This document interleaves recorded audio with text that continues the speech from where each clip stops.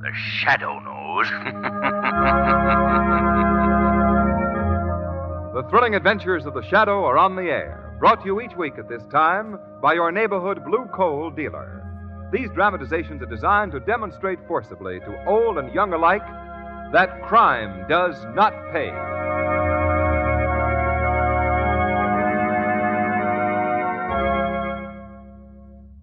Protect yourself against the quick weather changes that are so common this time of the year by heating your home with blue coal. You'll find this fine fuel gives you new and greater satisfaction because it's especially prepared for home heating. It's delivered to your home in just the right size for greatest efficiency. That means warmth even on the coldest days. It means money saved, too, on fuel costs. Remember, when you buy blue coal, you save money by buying the best. Get in touch with your neighborhood blue coal dealer tomorrow and have him fill your bin with the always clean and dependable blue coal.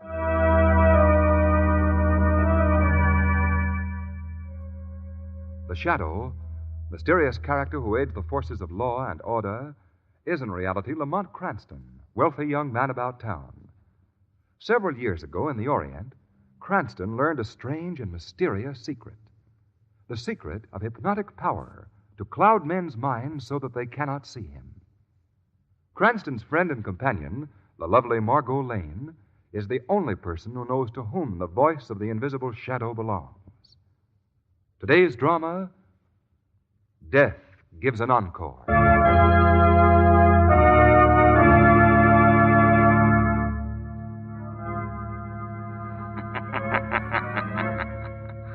As the surgeon knows, the phenomenon called life is a delicate balance. To tamper with that balance is to upset it, and to upset it is to create a monster, neither living nor dead. A creature with no conscience, no mind of its own, but obeying the will of its bloodthirsty master. This is the story of a scientist who walked a road no mortal man dared travel. And in conclusion, gentlemen of the Biologist Society, may I say that I have actually seen cases of this living surgery in the Orient. I have seen whole parts of bodies transplanted successfully. Vital organs removed from one person and grafted onto another. Professor Gondo, may I say you leave so much to the imagination. Are you implying that I lie, Professor Wallace? I'm not implying. I say that you're a fraud and have no business here addressing a group of scientists. I quite agree with that. Yes. Well, Gondo, where is the proof of your statements on living surgery? For 10 years, Wallace, you have attempted to ruin me. I have given you no reason, no cause for these unjustified attacks on me. Proof? Where's your proof? You have seen my collection of photographs of actual cases. Fakes, every one of them. You'll pay for this, Professor Wallace. I might add that you're a much better photographer than you are a man of science. Yes, you'll pay for this, Professor Wallace. You'll pay.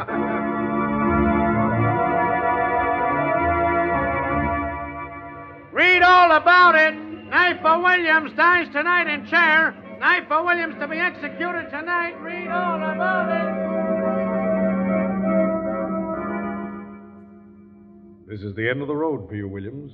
Have you any last words? Any last request? Yeah, Warden. Free my hands and give me a knife. I see, Williams. Still unrepentant. May the Lord see fit to pardon your sins. All right.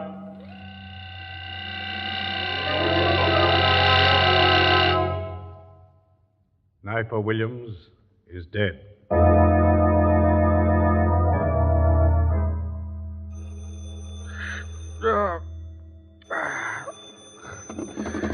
Hello, Commissioner Weston speaking. Hello, Commissioner Weston. Yes. This is Warden Sloan of the State Prison speaking. Yes, Warden, yes. Commissioner Knifer Williams' body was placed in the prison morgue and... Did you call me at 4 o'clock in the morning to tell me that? No, sir. What then? His hands, Commissioner. His hands have been amputated. Amputated? They're missing. Good Lord, missing. Why? I don't know, sir. It looks like the job of a skilled surgeon. In some way, someone got into the morgue and mutilated Williams' body.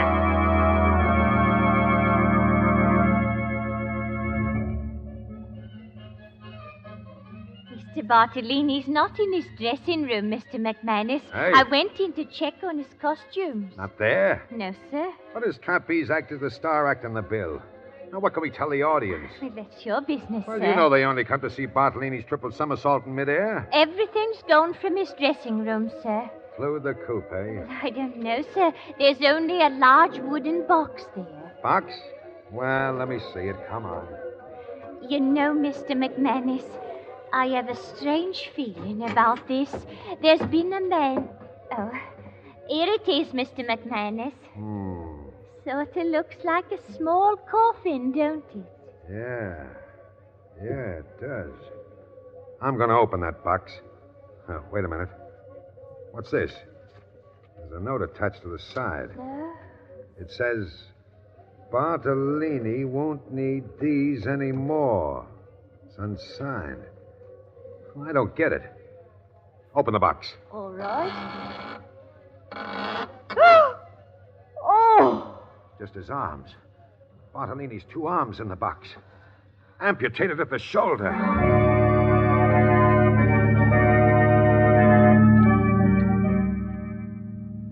I don't suppose you remember me, Mr. Cranston. I met you several years ago in the Orient. Well, as a matter of fact, Professor Wallace, I remember you quite well. You were doing research work in tropical diseases at the time. Yes, that's quite right. And if I'm not mistaken, you are something of a student of criminology. Oh, why? Well, it's for that reason that I've asked you here tonight. Well, criminology is just a hobby, Professor Wallace, but I am very much interested in the subject. That's a masterpiece of understatement. What was that? Oh, nothing. I'm sorry I interrupted you. Please go on. Oh, yes. Well, to come to the point, what would you say, Mr. Cranston, if I were to tell you that I have, for the last several years, been driving a man systematically insane? What are you What? saying? Now, wait, please hear me out. First, hear my reasons before you condemn me. Please go on. I assure you my motives are above censure when judged in the light of medical science. Drive a man insane. Well, do you think that by doing that you're helping mankind? Yes, I do, Miss Lane. See, this man's brain was warped before he ever crossed my path. I immediately recognized the danger in allowing this man to continue with his diabolical experiments. Experiments with living bodies. Oh, Lamont. I don't believe I quite understand, Professor Wallace. Experiments with living surgery, Mr. Cranston. The grafting of arms and legs and vital organs from one body to another. Oh. The man's name is Gondo, a brilliant biologist whose intense work in the field of biological research twisted his mind. There's no telling what horrible crime he might not commit in his effort to prove his theories. Well, why wasn't some effort made to cure him? Cure is out of the question, Miss Lane. That horrible obsession is beyond medical aid. Oh, I see. So my sole purpose was to make Professor Gondo commit some act of violence toward me. Then I could have him sent away to some institution where he'd be safe. And at last, I think I have succeeded. Read this note I just received. What does it say, Lamont? My brain against yours, Professor. The body of a skilled gymnast, and in a murderer's hand, cold steel, thirsting for your blood. Tonight. Why, it's unsigned. It's undoubtedly from my friend Gondo. Well, you don't seem very much upset by that threatening note, Professor Wallace. Well, Miss Lane, my apartment here is 22 floors off the street, and the halls are guarded by private detectives. Lamont, look! Where? Look out the window over there. I saw someone on the window ledge of the building across the court. Why, that's impossible. There's not enough ledge on those windows for a cat to walk on. Oh, I can't see anybody. It's too dark. Well, I'm sure I saw someone for a moment. Probably your nerves, Margot. I can't say I blame you after hearing that. What was that? It came from my study. My assistant, Peterson, is going over some notes of mine in there. Come on. Yes, of course. Oh, no. Don't look, Margot. Peterson. He's dead, Cranston. Stabbed through the throat with a knife. No, Wallace, not stabbed. That knife was thrown. And look, the window is slightly open at a level with his head. Thrown? Miss Lane was right about seeing someone across the way. Careful, Wallace. The killer may still be there. Look out! What was that? Another knife. There's a note attached to it. Read it, Cranston. Yes. Fear festers like an evil disease. The first knife was to plant the infection. The next to drain your life's blood.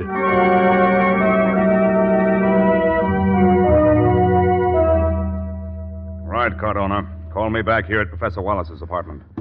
Well, Commissioner? It seems Miss Lane was right about seeing somebody across this court. My men have found a good set of fingerprints on the ledge of that window, across there. Uh-huh. They're checking through the files now. We were sure of that before you found the prints, Commissioner. Of course, Valdemir Gonda's fingerprints. And how do you know this guy Gondo sent Professor Wallace the note wasn't signed. He's threatened me before. Oh, wait. Step by step, Professor. Step by step. Now, while you're all sitting in here, Miss Lane sees somebody across the court, 20-some stories off the street and hanging on the ledge. Hanging on a ledge, mind you, like a fool monkey. Why, it'd have to be another Bartolini to do that. Bartolini? Yes, that's the name I was trying to remember. Bartolini, the great trapeze performer. So you think it's Bartolini, huh? It could have been, Commissioner. Yeah, could have been, Miss Lane. However, it seems that somebody bumped Mr. Bartolini off some 3 weeks ago. Yes, that's it. And sent his arms back in a box. That mutilation slaying, do you remember it, Professor Wallace? Yes, his arms were severed at the shoulder. The rest of his body hasn't been found. Cranston, do you think there's a possibility that Gondo succeeded in his experiments? Oh, wait, I'll answer. It's probably from me. Hello? Yes, speaking. Oh, yes, Cardona. You checked the prints, huh? Right. Well, whose are they? Whose? Check them again. You heard me check them again, and if you give me the same answer, you're fired. Ridiculous. Whose fingerprints were they, Commissioner? Dopes. I'm going to clean out that whole fingerprint department. Whose prints were they? He said they were Knifer Williams' prints. And Knifer Williams died in the electric chair 4 weeks ago.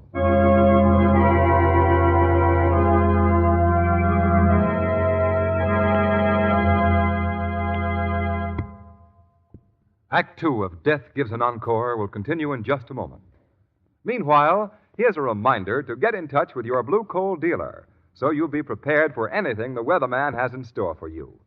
You can keep your home at just exactly the temperature you want with blue coal, comfortably warm and yet not too hot, because blue coal burns evenly and smoothly. In fact, this superior home fuel is especially prepared, sized, and carefully graded for home use. Yes, it fits the requirements of your furnace. It's tailor-made for your home. That's why you're sure of complete satisfaction when you heat with blue coal. You not only get comfortable, dependable warmth, but besides that, this tested superior home fuel is a money saver. It burns so efficiently that you enjoy real economy with blue coal. Get in touch with your neighborhood blue coal dealer tomorrow. He's listed under the words blue coal in the yellow section of your classified phone directory.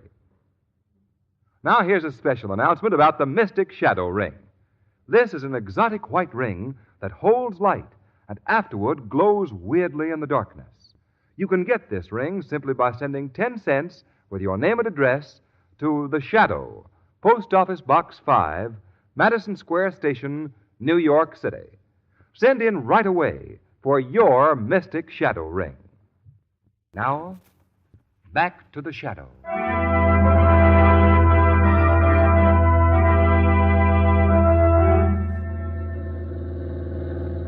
Lamont, what on earth do you make of this whole business? Margot, I don't think Bartolini is dead. Everything points to the fact that Gondo was successful in his experiments. Well, then the creature I saw on that window ledge may have been the trained acrobat Bartolini with the grafted arms of the Knifer Williams. Oh, but how could Gondo control the brain of his monster? I don't know that, Margot.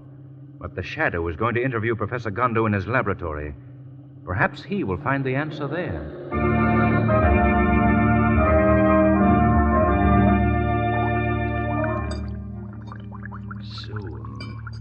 Soon. Proof you wanted, eh? Well, proof you shall have. Professor Gondo. What? I heard something.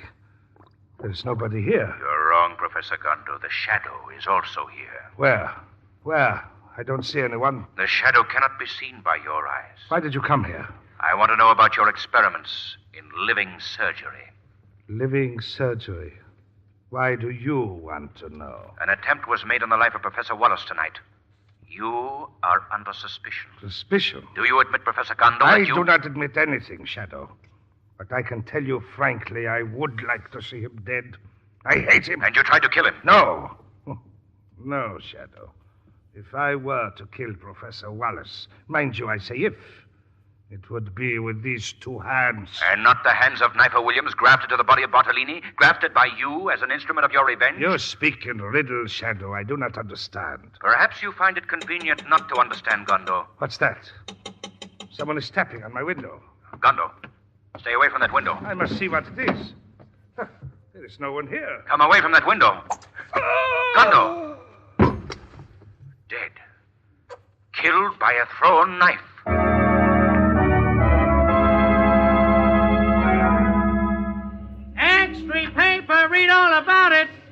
knife slaying. Professor Gondo, third victim of fiendish knife murderer. Police request anyone with possible clues to identity of murderer to come forward. Police request anyone with possible clues to identity of murderer to come forward. Commissioner Weston stated this morning that in his opinion, the killings have not reached an end. The murderer said he will attempt to cover his tracks by killing anyone whom he believes can reveal him. Reveal him. Yes, of course. Hello, operator. Get me police headquarters immediately. Oh, I hope it isn't too late. Hello, police? I must speak to Commissioner Weston. Hurry, please. I think I can identify the knife murderer. Yes. Well, I'm the wardrobe mistress for Romero Brothers Circus, and I remember the man who was last seen with Mr. Bartolini. And if I'm in danger because of that... What? Oh, yes, I'd know him in a minute. He knew Mr. Bartolini and was always around. He seemed to take an unusual interest in Mr. Bartolini. Mr. Bartolini! You are going to die, Mrs. Dorner. You are going to die. Mr. Bartolini, that knife. What are you going to do with that knife? I must kill you. No. You must be put out of the way. Oh, Mr. Bartolini, what have I ever done to you? Oh, please. No! No, don't throw that knife. Ah!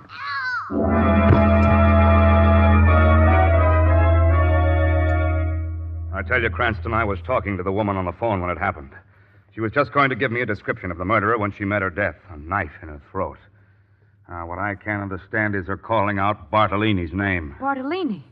Well, Lamont, then you were right about his not being dead. Begins to look that way, Margot. Not dead. Bartolini's amputated arms were sent back in a box. That doesn't necessarily mean that he's dead, Now, Commissioner. don't try to tell me my business. I say that there have been 4 murders. Bartolini, Peterson, Gondo, and now Mrs. Dorner, the wardrobe mistress at the circus. You're leaving out something very important, Commissioner. Yeah? You fascinate me, my amateur sleuth. What is it? Not it, Commissioner. Knifer Williams. Knifer Williams was executed 4 weeks before Peterson was murdered. Fingerprints don't lie, Commissioner. Well, somebody is. Have you ever heard of living surgery, Commissioner?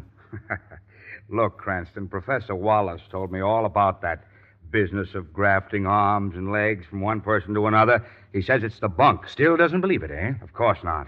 Tell me, Commissioner, since Gondo's death, has Professor Wallace asked you to have the police guard removed? Yes, he just called about an hour ago and said he wouldn't need them anymore. And you called them off? Certainly. Why shouldn't I? Because, Commissioner, I have reason to believe that the murderer will strike again tonight.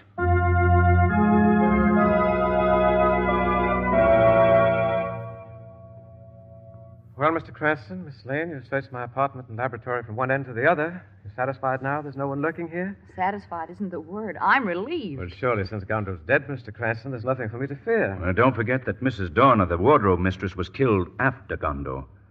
And by the same murderer. I can't help admiring your bravery, Professor Wallace. But aren't you overlooking the facts? Yes, that is quite true. In the mind of this monster, the hypnotic thought may still be implanted to murder you. Yes, that's very true, Mr. Cranston. Well, in that event, is there anything else here in my apartment you'd care to examine? Any place where the killer may be hiding? Well, come to think of it, I did notice a fire escape off one of the back rooms. Do you mind if I look it over? No, please go right ahead. Wait here, Margot. I'll be back in a few minutes. All right, Lamont. Don't be gone too long. I won't. It's a very clever young man, Miss Lane. Very clever. Well, he has a way of tracking down a criminal, no matter how brilliant or how cunning. Yes, I suspected as much. You'll pardon me, Miss Lane, but I've been looking at your hands. You're a musician, aren't you? Well, I play the piano after a fashion. Just after a fashion? Well, that's too bad. With your hands, you should play magnificently. Yes? Well, thank you. And don't thank me yet. What do you mean? I'm going to give you the name of a very fine piano teacher. See, I think I have his card right here on the desk. I'm sure I have it someplace. Oh, hello, look at this. Well, what a strange-looking bottle. It's carved jade, isn't it? Yes, I picked it up in my travels in the Orient. Contains a very rare and exotic perfume. I'd forgotten all about it. It must have been in the drawer here. Here. It's yours. Oh, no, I couldn't accept please, it. I insist. I haven't any use for it. You may find it very interesting. Well, how nice. Thank you very much. Smell it.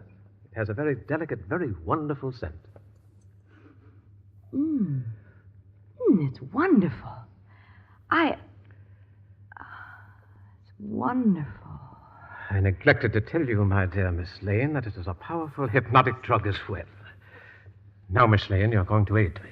Yes, aid me to get rid of your friend Lamont Cranston. Now listen to me and obey. You must obey every command. Yes. Yes, I must obey. Good, the drug is working well. Now to release my killer. See, I press the button, and the panel slides open. Your clever friend Cranston overlooked that when he searched this apartment. Bartolini, come. I've another little job for you. I hear you, Master. Good. Now for the final ironical touch, the final sardonic gesture. Miss Lane, you will send this monster after Lamont Cranston. No. You will command him to destroy him. No. Command him. You will go to the fire escape. Yes. Yes. You will find a knife in your hand. Yes, the knife. Then you will Kill him. You will kill him. Good, good. You hear your orders, Bartolini? I hear. Then carry them out. Yes, Master. Do you think you could escape punishment for your crimes, Professor Wallace? What? Who said that? The shadow, Professor Wallace. You can't see me because I've cast a hypnotic mist over your mind. Shadow? It was a brilliant plan of yours, Wallace, to accuse Gondo of the murders, to make it appear that he was the creator of this monster, with the body of Bartolini and the arms of Knifer Williams, when it was you. Then to make it look as if you were the target of the attack rather than the attacker. And now you know, Shadow. I ordered my killer here to murder Gondo and Peterson and then Mrs. Dorner, yes. My tracks are well covered, too. Not well enough to deceive the shadow. Don't you understand, Shadow? You are to be the last link in the chain, the last one to die. Professor Wallace, this is the end of your criminal career. Let's drop this pretense, Mr. Cranston. Cranston? Yes, I can see you quite well. You forget that I, too, know something of hypnosis. You're my prisoner. You're going to die along with your friend Miss Lane here. All except her hands, which I shall use again. So, it is to be a contest between the power of darkness and light, Professor Wallace. And the dark shall win, Mr. Cranston. I'll make the first move in our mental chess game. Bartolini, grab her. Hold her. Yes, Master. Margot. There, Master. I've got her. Margot. Make one move and she dies, Mr. Cranston. Up on the window ledge with her, Bartolini. Yes, Master. You see how helpless you are, Shadow? One move from you and I'll order Bartolini to plunge from that window with her. 22 stories to the street. Bartolini, come down from that ledge. There's a cloud over your mind. This man is evil. He has made you do evil things. Who speaks to me? I speak to you, your master. I command you to hear only my voice. Yes. Obey only my commands. Yes. Bartolini, yes. Listen to me. You are a man, not a slave. I speak to the man, Bartolini, not to the monster created by Professor Wallace. Bartolini. Rebel. Rebel against him. Yes. Yes, I will try. No. Try. No, you cannot disobey me. I will help you, Bartolini. Come down from that ledge. Yes. Put Miss Lane Yes. down safely. Yes, I must fight. No, Bartolini. Yes, I will put her down safely, Shadow. Bartolini. I have broken your power over his mind, Wallace. The power of good wind. Not yet, Shadow. You may control his mind, but the hands of Knifer Williams will act for me. Bartolini, the knife. The knife in the hands of the knifer. Kill the Shadow. You can see him. Throw your knife. Yes, a knife in my hands. But these are not my hands. They feel strange to me. Kill him, As if Bartolini. they had a life of their own. Kill him. The Shadow can be seen by you. I can't see anything but you. You taught me to use these hands to kill. Now I use them to kill you. No, don't throw that knife. Stop, Bartolini. No! I've killed him. These hands have killed him. Bartolini, listen to me. No, I have no control over them. They don't belong to me. They're killer's hands. I must get away. I am Bartolini, the great trapeze artist. Bartolini. I can escape. Stay away from that ledge.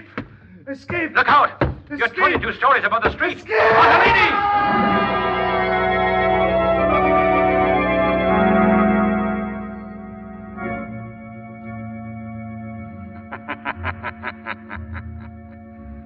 The phenomenon called life is a delicate balance. To tamper with that balance is to upset it, and to upset it is to create a monster.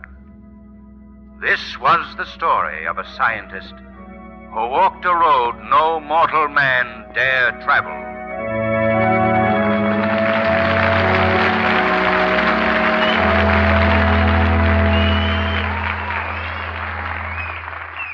In just a moment, we'll bring you a special feature of America at War. But first, we present John Barclay, Blue Coal's home heating expert. Mr. Barclay. Thank you, Ken Roberts, and good afternoon, ladies and gentlemen. Most of you folks drive cars, I take it. But I'll wager that you wouldn't think of driving any car unless you were sure the accelerator and brakes were in good operating condition. That's common sense, because they control the speed of the car. Well, in heating your home, the dampers on your furnace should be operated correctly, for these dampers control the burning speed of your fire. So if you aren't sure how to set the dampers for best results, and if you're not getting your money's worth in real heating comfort, call your neighborhood Blue Coal dealer. He'll be glad to send his John Barclay serviceman around to inspect your furnace. And remember, friends, this man has been trained in economical home heating. He'll look your furnace over and tell you frankly if adjustments are needed to improve its operation. What's more, he'll show you how to regulate your dampers properly. You see, he is genuinely interested in your getting satisfactory results and using the smallest possible amount of fuel. And folks, this is an exclusive Blue Coal service.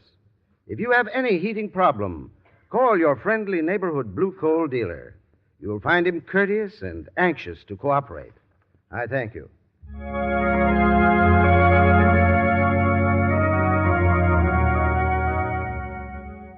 The Shadow program is based on a story copyrighted by Street and Smith Publications. The characters, names, places, and plot are fictitious. Any similarity to persons living or dead is purely coincidental.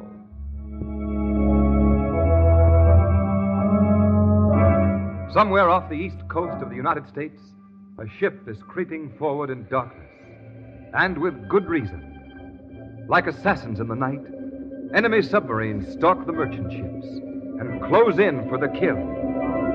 Forward torpedo tubes ready. Stand by to fire on order. Ach, Himmel, what's this? Coast Guard approaching. Dive. Dive, you hear me? United States Coast Guard ship is almost over us. We're trapped. United States Coast Guard patrol reporting. Sighted submarine. Submarine sunk. The United States Coast Guard packs a deadly wallop, and the Axis knows it. Like to take a good crack at the Axis yourself? Then join the Coast Guard. You'll have plenty of action, plenty of thrills, and the sure knowledge that you're doing your bit for your country in the front lines of defense. If you are qualified as a machinist, carpenter, cook, or yeoman, you may get immediate petty officer rating. See your nearest Coast Guard recruiting station right away. Teach the Axis that for nations just as for men, the weed of crime bears bitter fruit. Crime does not pay. The Shadow knows.